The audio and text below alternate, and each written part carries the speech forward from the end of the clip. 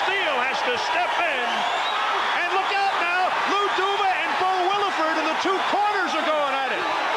And Richard Steele as follows. Setelah dinobatkan sebagai juara tak terbantahkan dan menjadi petinju pertama dalam sejarah divisi kelas penjelajah, Holyfield naik ke kelas berat dengan memilih tillis untuk pertandingan perdananya yang berlangsung pada 16 Juli 1988. Holyfield memilih tillis dengan harapan menjadi penantang masa depan bagi juara kelas berat Tyson sebagai juara tak terbantahkan kala itu. Di mana 2 tahun sebelum pertarungan ini, Tyson telah mengalahkan tillis dengan penampilan yang mengesankan. Meskipun tillis dikalahkan, tapi dia menjadi petinju pertama yang merusak rekor KO Tyson. Meskipun tillis dianggap sebagai underdog dalam pertarungan ini, ia tetap yakin akan mendapatkan kemenangan yang mengejutkan dan mendapatkan pertandingan ulang melawan Tyson. His close defeat against Mike Tyson. In perspective, when you talk about that close one with Tyson, you have to qualify. It was 2 years ago. The crowd will roar anytime Holyfield comes close. Holyfield's objective, as taught by Georgie Benton and Lou Duva, he's done that so far. He's got him standing straight. He's not bouncing around. Let's see what he does with a man who's not known for taking a great shot in the last couple of years. Final seconds of this first round. It's a great desire to fight. Holyfield is famous for. He's also famous for his. And that's what if you're watching this fight, to score it. Effectively, all business, not a showboat. That was more a push than anything else. Oh, that was more sloppiness than anything else from Quick Tillis, who is already starting to holding his hand up, but he's pulling back from a punch. Evander will eat him up if he keeps pulling back like that. Not so Quick Tillis, because he's getting outspeeded and slugged. Here's an assault by Holyfield. That lure to happen. There was one. What a great example of hand speed. A hard right by Holyfield. That stunned Tillis. And Tillis holding on with 9 seconds, 8 seconds left to go. Another right as the bell sounds. And after the bell, they continue to go. Richard Steele has to step in.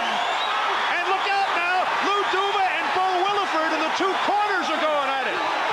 And Richard Steele has to step between the two trainers. There's no surety. Let's look at the end of round 2. Let's see how things develop. Well, you can't hear the bell, but you can see that the fighting continued. Duva then held on to Quick Tillis so there wouldn't be any continuous action. Williford misinterpreted that and came in. That should never have happened. Never should that have happened. To be involved in any brawl, much less precipitate one or start one. They could be in line for a stiff fine. In the meantime, and you wonder if something like that could eventually lead to a disqualification. React when he feels a real heavyweight punch. And that was a heavy right by Holyfield. A right to less than 30 seconds, round 3. And followed with a series of combination punches. Tillis covering up well. Another good right by Holyfield. That landed a combination by Holyfield. And Tillis hangs on. Heading for the bell, round 3.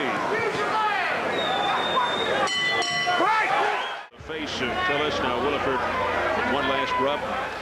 Tillis is trying to time the rushes of Holyfield. He's willing to Caesars Tahoe in Lake Tahoe, Nevada. Gorgeous evening capacity crowd, about 5,000 to see Evander Holyfield's heavyweight debut. And the action picking. Holyfield's chin has yet to be tested. He has yet to be hit hard.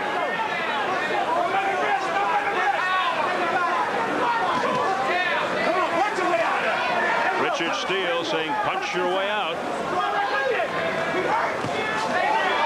A heavy right by Holyfield.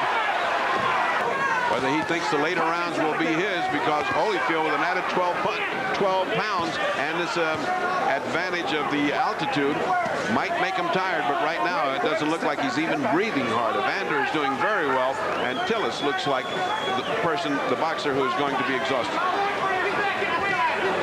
30 seconds, round 4, scheduled for 10.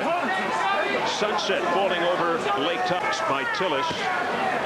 That right was blocked by Tillis. And at the bell, a hard right by very hard right when the bell sounds. It's just hard to hold a punch. Yes, he does. He's been looking spent for about the last 2 rounds. The pounding he's been taking. Oh, a combination by Holyfield. A blistering assault. And Tillis just throws him away with his right glove. The uppercut fight when he won the World Cruiserweight Championship, unified the title. He was 190, he's now 202. Tillis checks in at 210. He was 228 when he went into training. But he says he's in better shape now than when he fought Tyson 2 years ago. But so far it's been Evander Holyfield controlling. Come on, your hands are free. Your hands are free. Two hands. Holyfield, let's fly. Oh, and a right by Holyfield. And Tillis looks like he's looking for a place to land. He's looking for a good excuse to go down. Couple of good shots and he'll be gone. Thunderous drives by Evander Holyfield. Tillis with his hands down. Give Tillis credit. He's taking those shots. He could go down under any one of those. Let's see if he can survive the 5th round. Approaching 20 seconds remaining. After all, this is a man that a couple of years ago took everything a young Tyson had to give. Pada detik-detik ronde kelima berakhir, Holyfield mendaratkan rentetan pukulan yang sangat akurat. Tillis hanya bertahan dengan punggung menempel di tali ring tanpa perlawanan yang berarti. Can he make it to the bell? He hangs in there. Setelah bel berbunyi, Tillis kembali ke sudutnya seperti orang linglung dan dokter menyarankan untuk tidak melanjutkan pertarungan. Wasit pun akhirnya memberikan kemenangan kepada Evander Holyfield melalui TKO.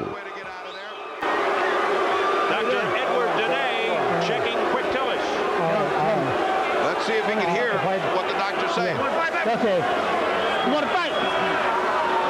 It's all over. The doctor apparently advised Richard Steele, and Steele signaled all over. Evander Holyfield has won. You can see from the accuracy. Look at that uppercut. And look at the head, the way it bobbles. You know he's in trouble. He is dizzy. The punches are now beginning to rain on him. The effect is cumulative. If that round had been another 10 seconds, he would have been knocked out.